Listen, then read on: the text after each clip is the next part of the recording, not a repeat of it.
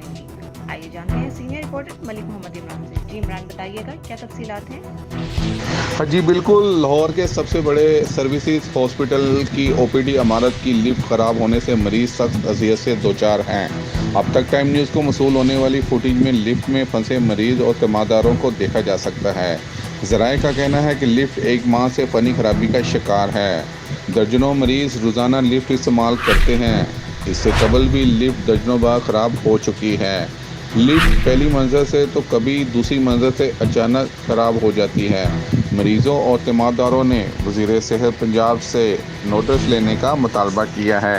Cameraman Mohammad Ali के साथ मलिक मोहम्मद इमरान, अब तक टाइम न्यूज़।